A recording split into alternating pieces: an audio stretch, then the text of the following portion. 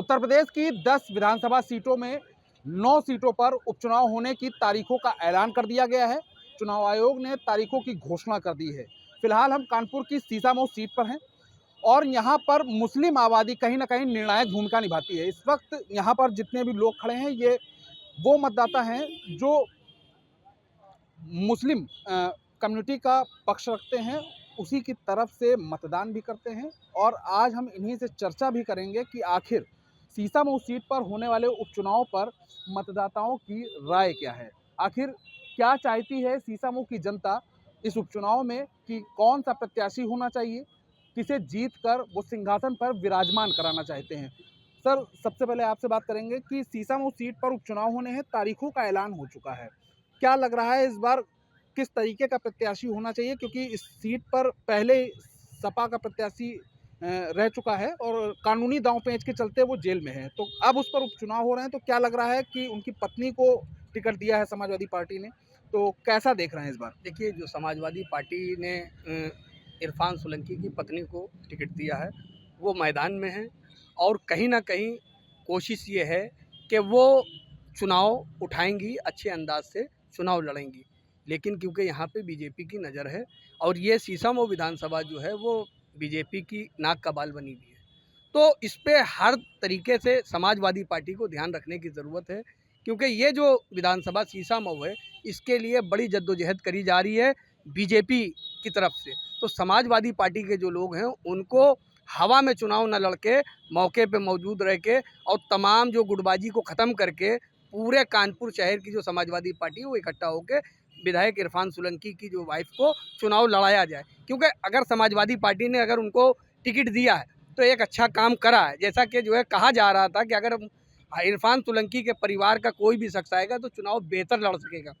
लेकिन ये बीजेपी की भी नाक का सवाल है और यहाँ पे जिस तरीके से मुस्लिम बहुल तो सीट है, लेकिन इसके साथ साथ जो है जो हमारे गैर मुस्लिम भाई हैं वो भी बड़ी संख्या में हैं, अल्पसंख्यक भी बड़ी संख्या में है, तो उनका भी वोट मिलना ज़रूरी है। सिर्फ मुस्लिम वोट से ना इरफान सोलंकी जीते थे ना उनकी वाइफ जीत सकती हैं, जबकि पूरा मुस्लिम समाज के अलावा भी अगर दीगर जो हमारे हिंदू भाई हैं या और लोग हैं वो अगर इनको सपोर्ट करेंगे तो चुनाव बहुत अच्छे अंदाज से ये जीतेंगे। दूसरी चीज़ ये है कि क्योंकि सीसामऊ विधानसभा का इतिहास हमेशा से रहा है, पहले ये दलितों के अंडर में रही है सीट, दलित यहाँ बहुल था, लेकिन अब सीट में जो है तमाम तरीके का परिवर्तन हो चुका है। वो आर नगर सीट थी, अब ये सीसामऊ सीट है, इसमें मुस्लिम बहुल है।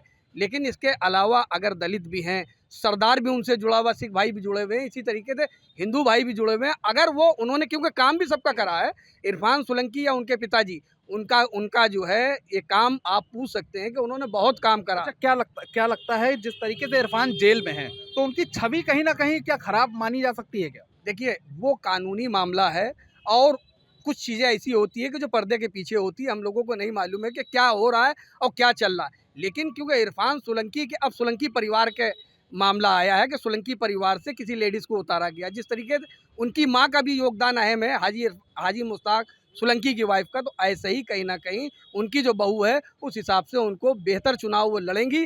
समाजवादी पार्टी के लोगों को चाहिए कि ये बीजेपी का चुनाव है, बीजेपी भी जो है वो उनका बूथ अधिकारी और उनका जो राष्ट्रीय अध्यक्ष होता है वो भी ज़मीन पे आके चुनाव लड़ता है। तो चुनाव अगर वो लड़ेंगे कायदे से तो ये सीट समाजवादी पार्टी को फिर एक बार। तो देखिए, कहीं ना कहीं सीसामऊ सीट पर एक बड़े समीकरण की जानकारी दी है मतदाताओं ने कि किस तरीके से चुनाव होना चाहिए। कुछ और भी लोग हैं, उन लोगों से बात कर ले। सर, आपसे जानना चाहेंगे कि इरफान सोलंकी की पत्नी नसीम यहाँ से लड़ रही है, समाजवादी पार्टी ने 6 सीटों पर अपने टिकट के प्रत्याशी घोषित कर दिए हैं।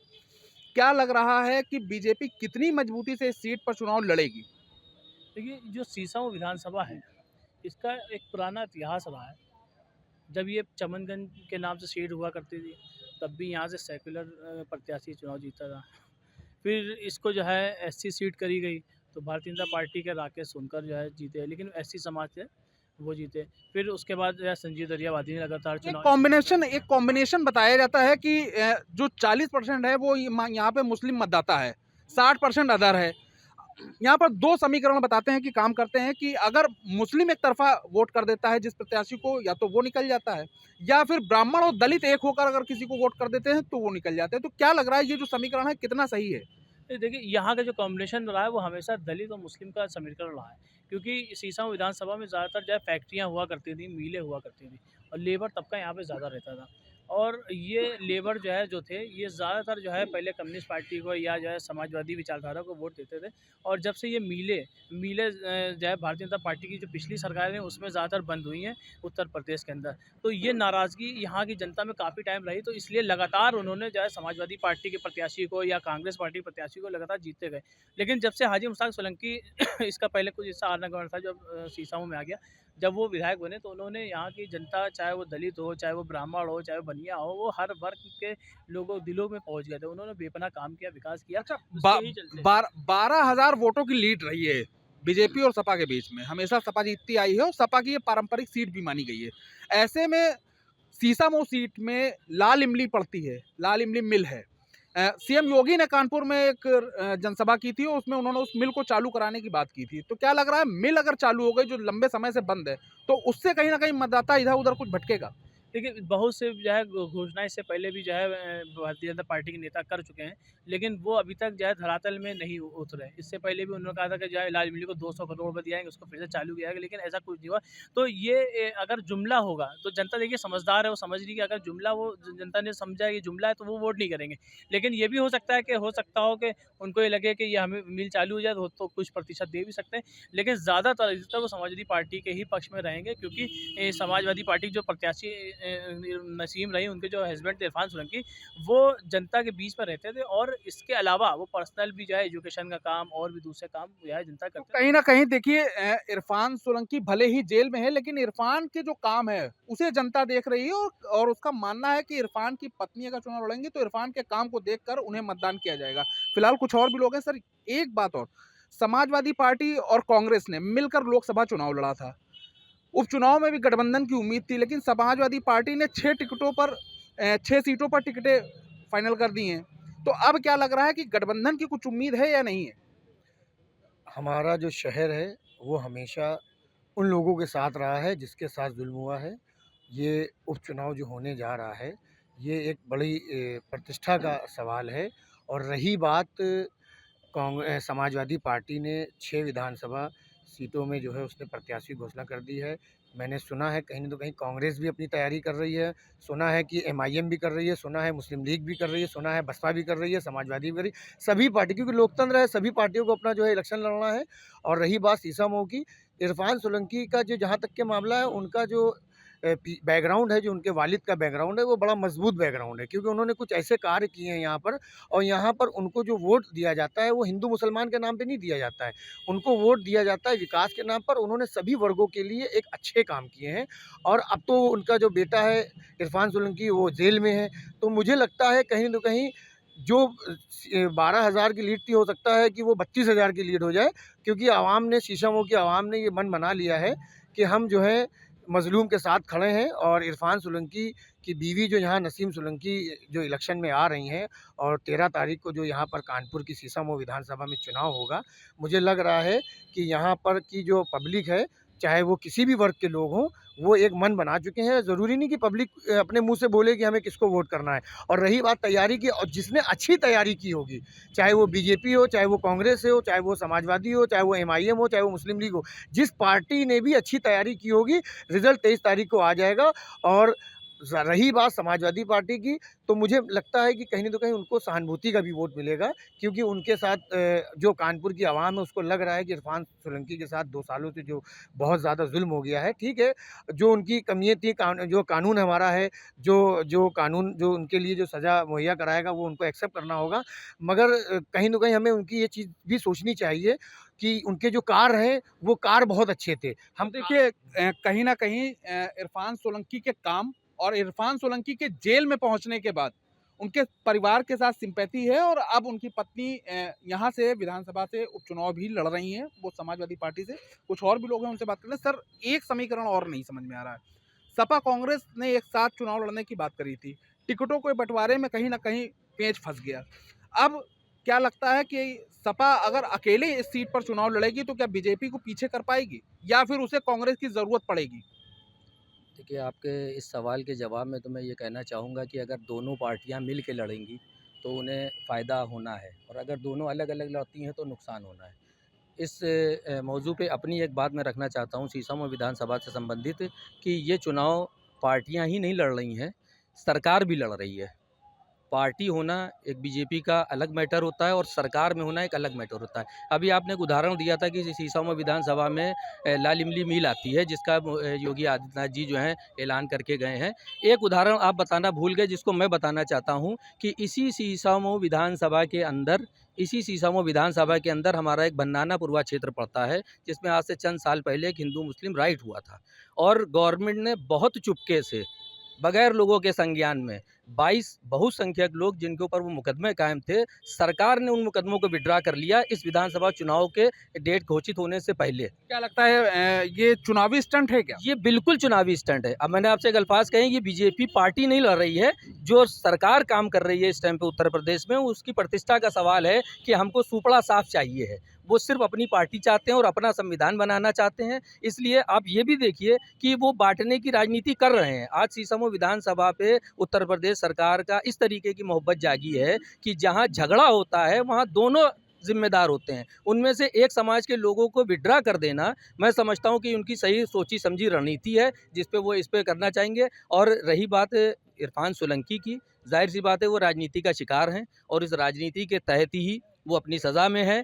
तो मैं समझता हूँ कि उनके लिए अच्छा होगा, उनकी जो पत्नी को टिकट दिया गया है उनको वोट मिलेगा और वो अच्छे वोटों से। तो देखिए, एक बड़ा उदाहरण इन्होंने दिया है कि आज से 9 साल पहले इसी सीसामऊ सीट के क्षेत्र में एक हिंदू मुस्लिम राइट हुआ था। उसमें 22 हिंदू जो परिवार थे, उनके 32 लोग उसमें आरोपी बनाए गए थे। हालांकि मुकदमा चल रहा, तो 9 साल बाद योगी सरकार ने उन सभी के मुकदमे वापस लेने का ऐलान भी कर दिया। तो कहीं ना कहीं इसे भी चुनावी स्टंट माना जा रहा है। एक बार और हम बात करेंगे, एक सज्जन और हैं। सर, जो चुनाव की स्थिति है, क्या लग रहा है कि इस चुनाव में क्या होगा? हाँ, सबसे पहली बात तो मैं आपके चैनल के माध्यम से ये कहना चाहता हूँ कि इस सीट को मुस्लिम बहुल सीट कहना बंद करें। अक्सर चैनलों के माध्यम से ये सुना जाता है कि सीसामऊ मुस्लिम बहुल सीट है। असल में ये सीट कानपुर के सबसे ज़्यादा सेकुलर लोगों की सीट है। इस सीट में बहुसंख्यक इस देश का निर्णायक स्थिति में रहा, लेकिन इस सीट से हाजी मुश्ताक सोलंकी जीतते रहे हैं। तो सबसे ज़्यादा सेकुलर लोगों की सीट रही है ये। लेकिन इस सीट को मुस्लिम बहुल सीट कह के उनकी इस सीट पे करे गए योगदान को, इस विधानसभा में उनके करे गए कार्य को हल्का कर दिया जाता है। बात यह है कि ये सीट हमारे प्रदेश के योगी आदित्यनाथ की नाक की सीट है, और ये सीट जितने भी 9 विधानसभा में चुनाव हो रहे हैं, सबसे ज़्यादा आपको स्ट्रिक्टनेस शक्ति इस सीट पर देखने को मिलेगी। क्योंकि यहाँ पर एक मज़लूम विधायक, मैं आपके चैनल के माध्यम से कहना चाहता हूँ, जिसमें उसका कोई दोष नहीं था, वो जेल में की सलाखों के पीछे है।